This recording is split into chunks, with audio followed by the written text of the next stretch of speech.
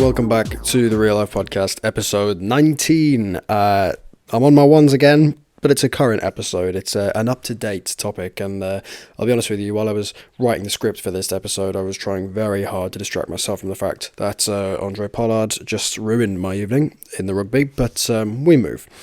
I was going to make this episode about just one of these things, but then I saw another thing.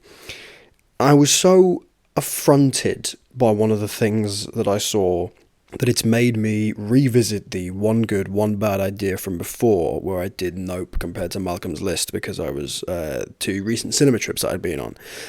But today I'm going to do it on Netflix specifically. Given that it was only recently that this pod returned for season 2, still questioning that, I haven't had a good old rant on here for quite a long time. But don't you worry, because that is very much on its way today, given how affronted I was by one of the things that I saw. So, we're going to start with the good thing, and the good comes in 4 today. It could technically be 4 good, 1 bad as a title, but that sounds crap and it just isn't a thing, so allow me. Wes Anderson's Netflix Roald Dahl adaptations are, to me, a work of wonder. But I didn't initially think that they were. It didn't even take me rewatching anything either. I just thought about them more, and I thought about them in a way that made them click. For context, the adaptations are divided into 4. The longer, though not long, The Wonderful Story of Henry Sugar, and then the 3 shorter stories, The Swan, The Ratcatcher, and Poison. These are all 4 short stories adapted from the later works of Roald Dahl, writing towards the end or the twilight of his career. They have a small cast but take on the same style of having a leading character also act as an in-story narrator who essentially provides the writings of the book, the detailed spiel of Roald Dahl. When I watched Henry Sugar, the longer one, and then The Ratcatcher for the first time, I was almost annoyed by it because things were being narrated in a very Wes Anderson-y way, and these are incredibly Wes Anderson-y films. I mean, it sort of goes without saying because his work is his work, but it's very noticeable. Anyway, I was thinking that the whole point of filmmaking is to remove the need for narration. You shouldn't need to be narrated in terms of what things look like and what's happening, because the filmmaking should tell you that. I was thinking, why is a stern-looking Richard Ayoade, who basically plays Richard Ayoade, telling me what I can already see? It was that kind of narration. It wasn't talking about a character's inner psyche or a diary entry or a feeling. It was just telling me what was on the screen. But then something caught my attention whilst I was watching The Ratcatcher. And when describing a small box, Ralph Fiennes holds up an imaginary box. And that's when it clicked. This is basically making a film whilst honouring the original source work. It's assisted reading. It isn't patronising reading. It's actually far from it, because the pace of the narration is not to be sneered at. It is speedy. It goes fast and the details come thick, as if trying to paint an image as quickly as the screen would if you were just shown it. Of course, this then meant I realised it's on so many occasions, and it genuinely changed all of the pieces to me. These are films which tap into the greatest part of reading fiction books. The entire point of reading fiction books is that you tap into the imagination yourself. It's a sort of filmmaking I haven't seen. There's a huge difference between leaving things open for interpretation, the spinning top in Inception, all of Zodiac, definitely not Alfred putting his credit card away. That's not one. Shut up. Also, farewell, Sir Michael. Not dead, just relaxing and retiring, but fair bloody play is ancient. Anyway, point is, it's normally the theme of the film or its message that leaves you thinking. It's never normally the content of the images themselves. You're never made to imagine things within the frame. I think that's a real stroke of genius, particularly for the topic that this is on. I don't always love Wes Anderson stuff. I love Fantastic Mr. Fox, Grand Budapest Hotel, and I actually really very much enjoyed French Dispatch when I saw that. But Asteroid City in particular I found to be ridiculous. It was almost too abstract, and I actually found the symmetry doing nothing for me in terms of what was happening and why we were watching it. I really didn't get on with it. It was too Wes Anderson-y, but these worked really, really well. To start, they're a wonderful length, the perfectly judged length for each of these stories, and that helps. It means that your transportation isn't tested. It's a great way of sort of test driving this style. It gives you a taste. It leaves you wanting more, perhaps. The sets, more than any other project for Wes Anderson for me, work wonders for within the film itself. They are excellent, and the present stagehands who you can see on screen once again lead your imagination to go. I liken it to Warhorse in the theatre. You forget the puppeteers are there and you just see the horse, that's all. The puppeteers are present, they're on stage, of course, they have to be manning the puppet of the horse. You can see them, but you forget that they're there because your imagination is focusing on what the image is trying to tell you and what you want to see, and it's exactly the same with this. It does feel stagey a bit, of course, and that is its weakness. It is stagey because, the sets are moving, you can see the sets changing from one to another, and it feels as if you are sat in a theatre, which isn't always a positive for films. And it's very male as well, that's worth noting. But the stories are the stories. The recurring cast are great. I think Rupert Friend gives, for me, the best performance of the shorts, but everyone is doing very well indeed with what they have. They're all captivating, and Ralph Fiennes is rather superb. I'm a big fan of his work, and he does multiple roles, also embodying Roald Dahl himself in a sort of storyteller-type figure. He's great. Each one of these short stories is immensely digestible in a really fun way. They're all different and they all keep your attention. That's what's great about them. They don't drop off because they're short. They keep you alert, they keep you watching, they keep you engaged. There's beauty in the finer details, the little things that give you subtle reaffirmations of what's going on, and the aesthetic design is just gorgeous. It really captures the proper landscapes and proper ideas for me. Now, you may be wondering, if they are creating such beautiful landscapes, surely they can't be tapping into the idea of assisted reading. They can't be leading you in the direction of creating a world yourself if you are witnessing a world be created. But I don't think that's the point. I think the idea is that these sets are maneuverable because they are dismantleable. You can do what you want with them with your own imagination. You can ignore them, you could absorb them, you could just listen to what's being told to you and imagine it yourself. That's what's great. You could technically just not look at the visuals and just listen to the audio, and you would have a wonderful experience in which you create an idea yourself, like listening to an audiobook. But I love the sets. I think they're gorgeous, and I really do think they add an ambience and a level to this assisted reading, which is going to make it go a long way. What I think he does really, really well is set up loads of little mini sequences. Knowing when to cut can be really hard. I discussed this with Michael before, I think in the Denis Villeneuve episode, where there is an exercise that teachers at film schools and film studies often make their students do, which is to click every time that there is a cut. And in old films, it's sort of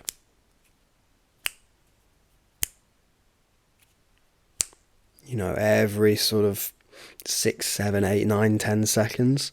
Whereas in modern films, it is constant. It's all the time. It never stops cutting all the time from one camera to the next because everything's so grand. However, knowing when to cut is an art. And here, in an environment like this, when you have sets capable of moving around and changing the scene around you rather than you having to change the scene yourself as a character or an actor, he chooses his cuts really, really carefully. Some may be just off the back of a practicality, an ease, or just giving the actors a break from having a 17-minute monologue. Again, I referred to Rupert Friend. His work in this one is fantastic. But these films are a real acting exercise for those actors in a major way. Anderson is asking for a lot of them here, but he cuts at wonderful moments to give you a sort of mini sequence all in one shot, and then cut, move to the next, and there's an ability to reset or remove cameras or bring an actor back into a new scene. It's a great technique. I had a really fun time watching all of them. I was engaged the whole way through, and they weren't just arty-farty. They were fun, particularly Poison, which is Dev Patel, Ben Kingsley, and Benedict Cumberbatch. But they all had their merits. I mean, that one was very funny, for example. The Swan is bleak and melancholic, but it's a beautifully told story. I loved it because it felt the most stripped back of the lot in terms of what it was showing you, and therefore what it was asking of you was the most complicated, which is this sort of interesting inverse relationship that this style of filmmaking has, which is what I noticed thinking about it more. But it still managed to just be intriguing and sad and delightful, and the moment on the train tracks was just superbly done. A really great piece of direction, set design and performance, all moving in tandem, which was beautiful to watch. It's a great bit of filmmaking. It's why I think Rupert Friend's performance is the best. He switches so quickly from voice to voice, and so when he's on the tracks, he really could be anyone. And so the fact that he's a little boy is really moving to me. If you do have a little bit of time spare, then watch these, because they aren't long, and for people who find reading a pain up the arse, then it's ideal. I mean, if you have a difficulty reading Roald Dahl, you may need help and you need to get off TikTok, but we move. I'm so glad that Netflix gave him the green light on this. They are wonderful bits of work. And side note, whilst I was writing the script, The Poltergeist was on TV, and it may be the ugliest title sequence I've ever seen. Like, why did they do it like that? And the opening scene of Poltergeist is so odd. Why does everyone come down the stairs at exactly the same time in the same way? This isn't about that. Anyway, moving on. Very glad Netflix gave this the green light, and it has really stripped back but really pretty title cards and sequences. Just simple yellow writing in a sort of Roald Dahl type handwriting way on a black background, but they work really, really effectively. I am gutted, however, that Netflix gave the green light to the arrangements created for Series 4 of Sex Education. Dear God, we've done the good, now we are very much on to the bad. It is absolute garbage. I'm sorry, guys, I know there's a strong fandom and all that, and I'm glad that people have got something out of it. I'm glad people find it fun, but I also don't have a clue what those people are watching. I genuinely hate it on several different levels. Brace yourself, and I'm going to try and engage calm mode, but you're here for a rant, let's be honest. Let's start with a story. Most people that I've seen on the glorious platforms that we give everyone's voice on the internet have a big problem with the ending. Spoiler alert, by the way. If you haven't seen it, go and watch it and then come back for this, because I'm about to spoil all of it for you. Maeve and Otis don't get a satisfying conclusion, or Otis and Ruby didn't end up together. And actually, I say bollocks to those people on social media. I thought the ending was actually an excellent choice in terms of where those characters ended up. It was a healthy choice, one which felt appropriate, well measured, and well judged. The rest of this shit was not. Almost every single storyline plays out the way that anyone who has ever seen anything would guess that they would. Adam reconnects with Dad after struggle. Eric decides he would rather be comfortable in his own skin than fit in with his church. Everyone finds Carl after they run off. Yada, yada, yada, right? The stories are so dull, and I mean really quite uninteresting, to the point where I asked myself why I was still giving it this time, because I needn't have. I could have clocked off after episode 3 and got all out of it that I was going to get. I could have guessed every story's ending and each story beat apart from where we left Maeve and Otis, and I wouldn't have predicted that because the writers made an adult decision, which is so far removed from anything that they do in the rest of the series. The story and the writing are so bad that the series earns its merits because it has a selection of incredibly enigmatic actors who play the main characters. Emma Mackey is a tour de force, we know. Asa Butterfield. Ncuti Gatwa is phenomenal. Amy Lou Wood is wonderful. Connor Swindles and Alistair Petrie are a great pair. They're all excellent actors. And the series knows it. They bring their A game, and it's wonderful to see them do it because they're great. What they're working with is not. Without these guys in the roles, people wouldn't have made it to the end of this series, and I'm certain of that. And they wouldn't have done so either if Ben Taylor hadn't given us such wonderful characters for them to play in the run-up to this.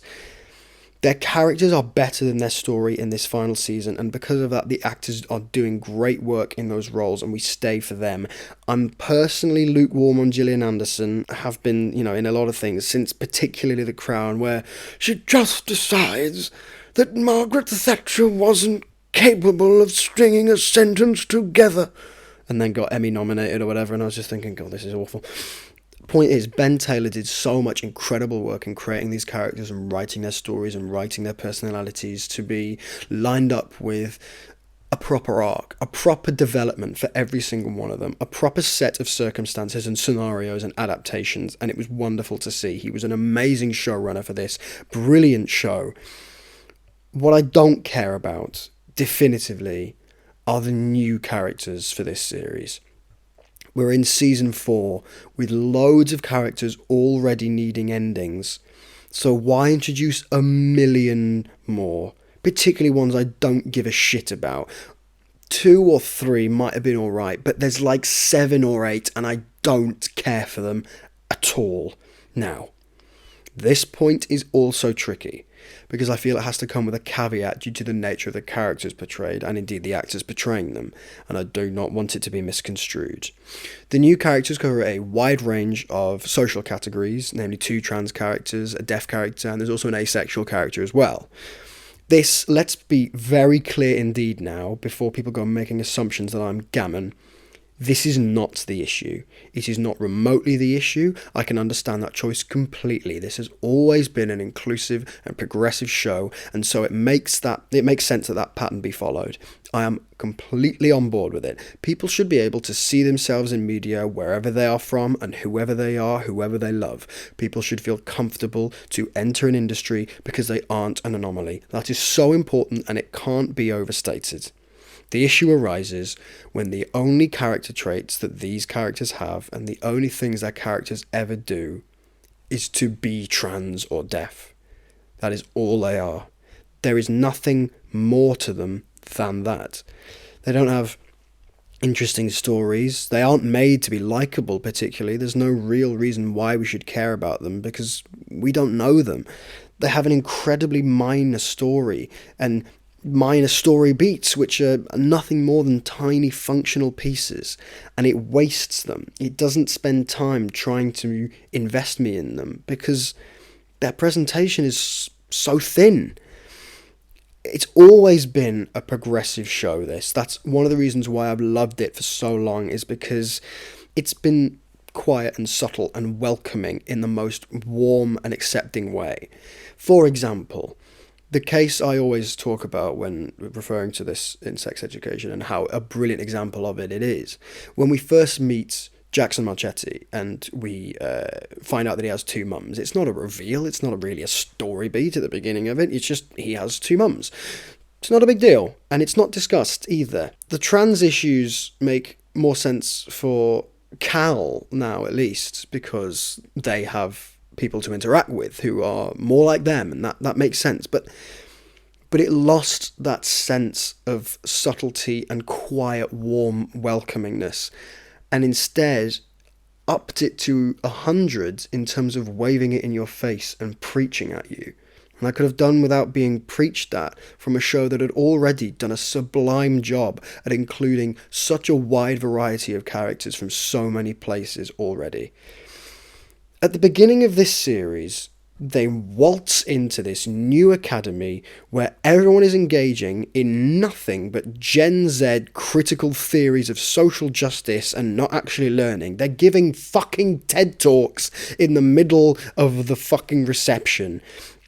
And everyone turns up from the old series and goes, "This is weird." And then they do nothing about it. It's like the show is setting up some sort of, this place has lost its spine or lost its direction, and by the end of it, some work that these characters will do will turn it into, a wonderful hub in which everyone feels comfortable but guided and helped in the right way, and it'll find its way again, it'll find its structure, it'll find its direction. Nope. None of that. Despite the writers literally making a point of saying that this place is just dodgy, and they literally say it. They say this place is weird or whatever. This is something like that. Instead of something happening about that, it just goes, yeah, weird, isn't it? So let's just set everything here and then just go with it. Lol, strap in, enjoy yourselves. And I'm thinking, no, I know that this was set in a sort of nowhere place before, from series 1 to 3, in terms of, there's no specific location where this is happening. There's no school uniform for the first 2 seasons or anything like that. It's American ideas in a British setting to try and make it relatable to multiple types of audiences. But this isn't a real place. This is nothing like a real place, and it is not remotely relatable to anyone alive. I personally found the asexual therapist character really unlikable. The song that she makes for the student election, I just couldn't bear to listen to it. It was the classic example of old person thinks they know what young people do and just getting it horrendously wrong. Now, I must be said, I like the idea that they include somebody asexual into this show, which is so centered around sex and how that could work against them and how they could struggle with that, and I thought that would be really interesting to watch. But it's revealed so late in the series and after so much has happened with this character that it feels again like a wasted opportunity. They're just not writing these characters properly. For example, Jean's sister is just a dick. Like, she isn't funny or just having fun. I think particularly to the cinema scene, she's just a knobhead. She's a really unlikable character who ticks a checklist of every single piece of criteria for someone who's secretly struggling or hiding something. There's no subtlety at all to her character or the whole show. Otis is a real piece of work in this series, noticeably more than the rest of it. He's always had his flaws and moments of lacking empathy and sympathy for other people, and he's had moments of selfishness without a shadow of a doubt. He's always had that streak in him, but here I felt it so much all of the time, and I'm wondering why it is that he has gotten worse. He is prone to inexplicable acts of being a man in the worst ways possible. Every time something good happens, and it was every time something good happens, he just about fixed an issue, and then he would bugger it up 20 seconds later after the happy music had finished playing. It was lazy and formulaic because it happened way too many times, and that is not a proper way to advance a plot. It's too fast and horrendously slow at the same time. There's no thought in the script. It's touching on Poldark syndrome, really, because it gave itself too much to do, so the scenes had to be done quickly. That's a stupid thing to do. It gave itself too much, and so it set itself up for failure from the get-go. There's also an incredible amount of champagne socialism going on in this school. I refer to the iPads in particular, and now the iPads was something that annoyed me for various reasons, but really annoyed me on a level which the rest of the series actually didn't. This was probably the most annoying thing of the whole series. Texting and using social media on iPads is the laziest method of storytelling that I can think of, outside of slapping a newspaper headline onto the front of the screen, which Babylon did, and I wanted to kill it. 3 hours long and you're giving me newspaper headlines. Grow up. And it's the same in this. So much is done via text conversations and via looking down at your iPad and getting a notification and things popping up on screen as if it's cool and as if everyone will relate to it because everyone's on technology nowadays. And to be honest, I'd rather not see that because it's lazy and it's boring. It's just a rubbish way of giving your characters stuff to do without giving them any stuff to do. It advances the plot like this. Somebody does something and they think they're all right. They get a text from somebody else who tells them that they're not pleased, and then they're not pleased and they're trying to sort it and worry about it because they got a text for the rest of the episode. That is not storytelling. That is boring. And when you do it for every single character because everyone's got a sodding iPad, it ruins the entire thing. I then come on to episode 7, the crux of which centres around the deaf character. The sort of the climax of that episode, the peak of it. I think it's the most horrendously written climax to anything I've ever seen, ever.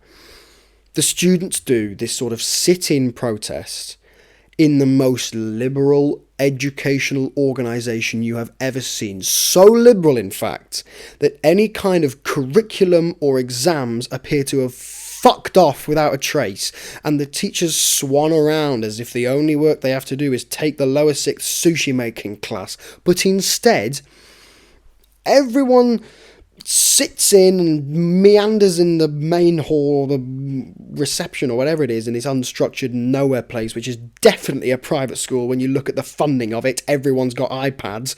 And they sit in this hall as if this Nazi oppression will not be tolerated, enter fascism now. And I'm sat there going, can you imagine if your year at school refused to do an exam because somebody couldn't get in a lift? Do you think the teachers would sit there with you, joining in and just waiting for things to happen? Or do you think that every single one of us would be handed a piece of paper with a large naught and a comment that just says, fuck off? It's just dreadful, and it's the most preachy it ever got. There was no subtlety at all. It was just the deaf character saying, I have a hard time of it, thank you very much. And then the rest of the critical theorists stand up and applaud as if they're the ones that have made this speech, and they're not. And also, I hate it when people do that thing where they click of approval. It makes my stomach think. That's just a personal comment. There is a culprit, almost, to the reason why this is so bad. I don't want to blame Ben Taylor, because it's not his fault, but he took a massive step back. From what I see, I think he's only a producer or an exec producer on this series. We've got new writers and new directors, not Ben Taylor primarily running the show. There's a couple of other directors who have worked on it as well, but Ben Taylor's been the primary source of the story and the writing and the show running of it. And it really, really shows that he's not there in the same capacity, because these new writers are dreadful. You can see it's not him, and I don't blame him for stepping back, because he probably thought that he'd left most of the characters in a relatively stable place, or with storylines which wouldn't have been the end of the world if we didn't get a season 4. I really don't know that we needed this season, and to be honest, after watching it, I think it could have been a season where we kept the original cast and just had 4 episodes and tidied them up, gave them all an ending, gave them the right conclusion, and that would have been it. But instead, we went for 8 again, and 8 dreadfully written episodes with loads of new paraphernalia around it. This is what happens when you have representation for representation's sake and don't make characters interesting, or the story or the writing good.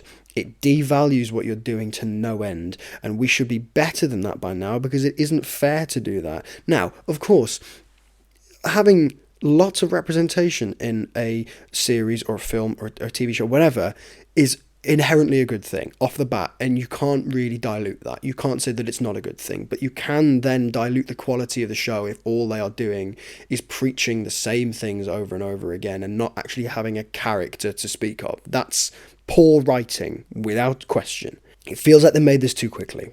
It feels like they made it to meet a deadline, not to do it properly. It kind of reminds me of when David Ayer wrote the script for Suicide Squad, and he only had 6 weeks to write it, which is not long enough. And we all know how dreadfully that went. It is a horrendous film. The scene, I think it's in the last episode, where Eric finds Cal after they've run off into the hills. Everything before that is fucking ridiculous. Eric, post leaving the church, some sort of Red Riding Hood nicks his phone, pisses off into the forest, so he chases after them, and then finds Cal, as if this Red Riding Hood has led him to Cal.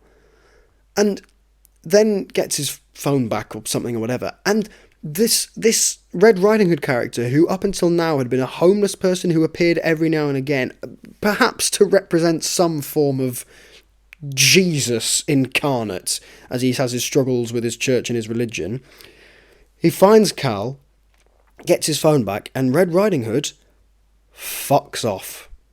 Just isn't there anymore, just goes.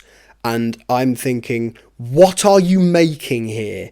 What are you actually trying to construct? Is this a show about teenagers learning to get to grips with their own sexual orientations and sexual health and sexual education and their character stories and their relationships and who they are and where they go and what they do? Or is this a story about magical disappearing Jesus homeless people? Because it's tragic to watch. It really, really soured the moment of what could have been a lovely moment of Eric finding Cal and then having Jackson turn up and having this moment of reconciliation, of telling Cal that they're loved and everyone wants them and everyone's worried about them and they want them to be safe. But instead, I was put off by the fact that ethereal Jesus in the body of a homeless woman ascended to heaven purely because it nicked Eric's phone. And it baffles me that that got the green light from any kind of script editor or supervisor. It's nuts. Also, this is a really specific gripe, but it's a thing that recurs throughout the entire season. That sodding bassoon music is actually ear shatter worthy. Any serious moment, well, an attempt at writing a serious moment, which they don't do very well, is always completely undone by the immediate arrival post that moment of that bastard bassoon, as if Sharon from the Bake Off has just curdled her chantilly cream and the raspberries are falling off. Why on earth do they abuse it so much? It's a little bit like in the Avengers when they use the Avengers theme all the time and you start to get sick of it. This does it non-stop, but it's not a groovy or an uplifting piece of music. It's just this one bloody wind instrument doing the same plodding thing over and over. Did they run out of ideas? Of musical ideas? Because it pops up everywhere. It is, and there's no excuse for it. There's no reason for it to be there. It just is all the time, and it never leaves, and it undoes all the serious stuff because it's like, I miss you, Dad, and yes, well, I miss you too, but you don't love me, do you? No, I don't. And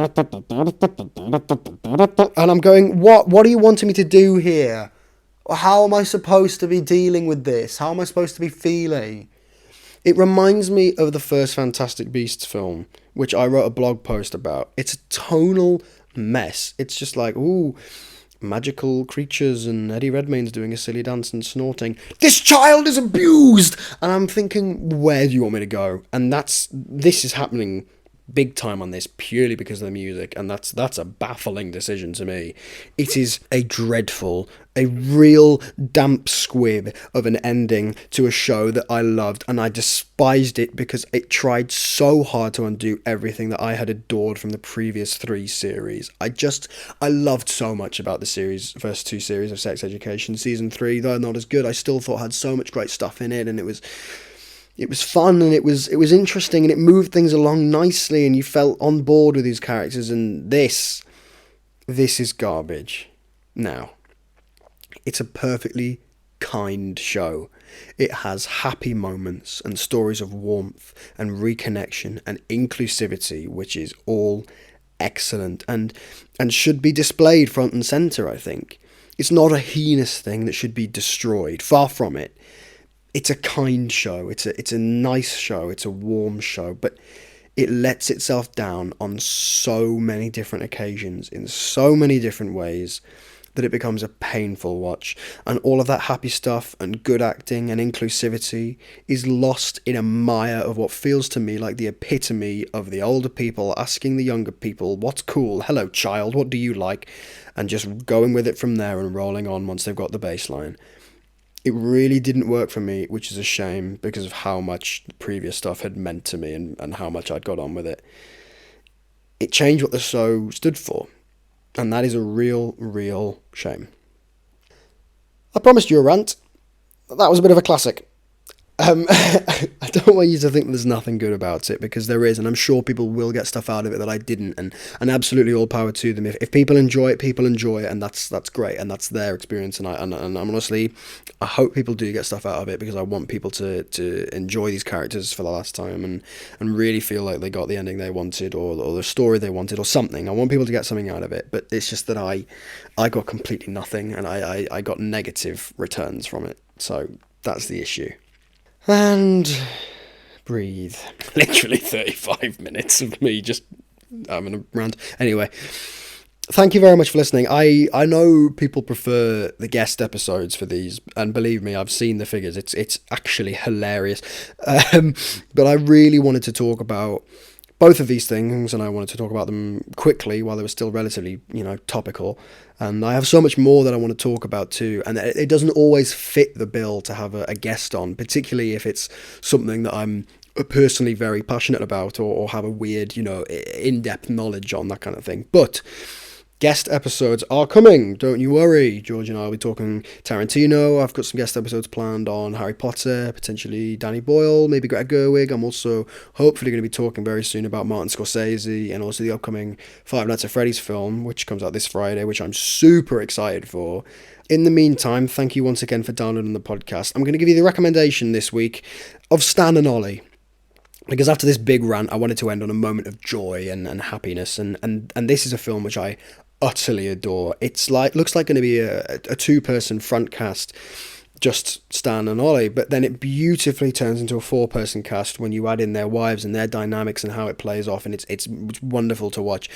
I adore it. I wept after I saw I saw it the first two times. I wept both times because of how beautiful its study of friendship is and how it portrays that kind of life, committing your every breath with one another from a professional point of view and a friendship point of view and a business point of view, and it's so interesting. And Steve Coogan is undeniably excellent. He would probably won a Bushwa if I was doing them that year, and John C. Reilly's on the top of his game as well.